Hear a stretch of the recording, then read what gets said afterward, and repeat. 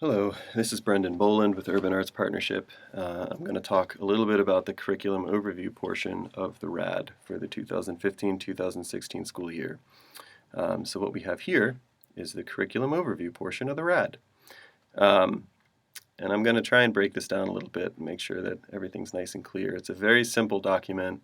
I think it's pretty straightforward, but just to make sure everyone's on the same page, the project goals are essentially what are your students going to be able to do at the end of this project? What skills have they mastered?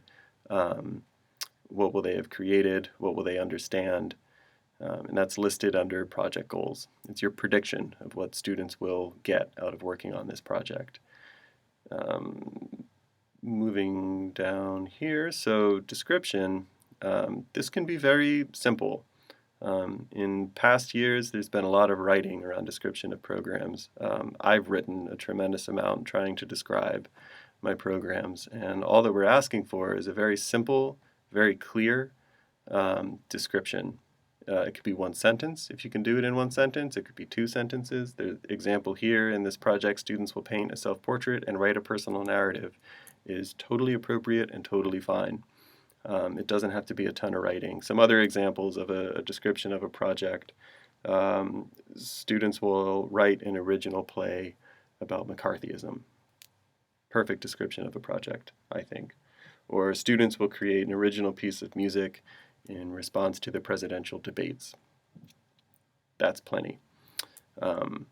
Moving forward, when we get to the essential question, and this will probably be spoken about more in your cohort meetings as well, but just to give you an idea of what the essential question is, the essential question is an open-ended question that doesn't have an easy answer that can guide the entire project. So, for instance, there's some examples here. How can we use visual art to tell a story? Some other examples are how could we use theater to understand historical events and people? Or how can we use art to participate in and respond to the election process? But they're open-ended questions. They don't have an immediate answer.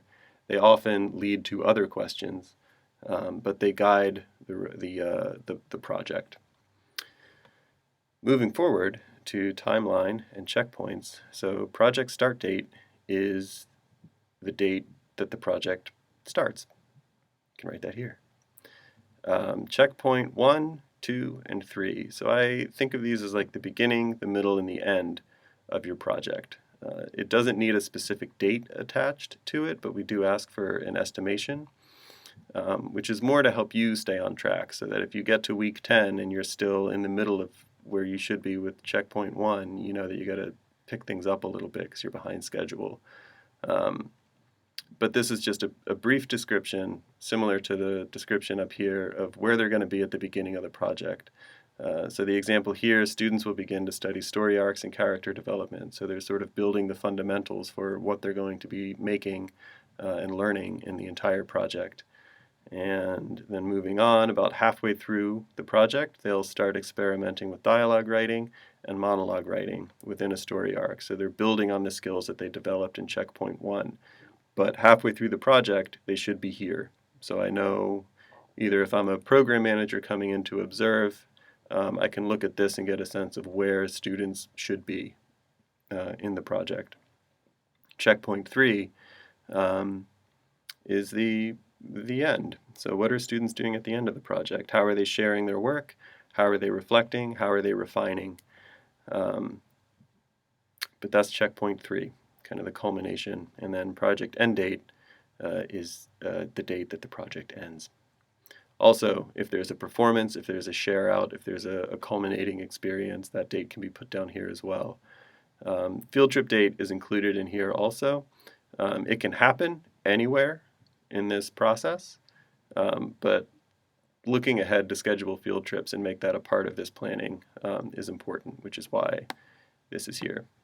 And then report due date, that will be determined with you and the program manager, but we ask for reports over the course of the year, and those dates will be communicated to you as soon as possible, as soon as we have them. If there's any questions, you can reach out to program managers, you can contact me.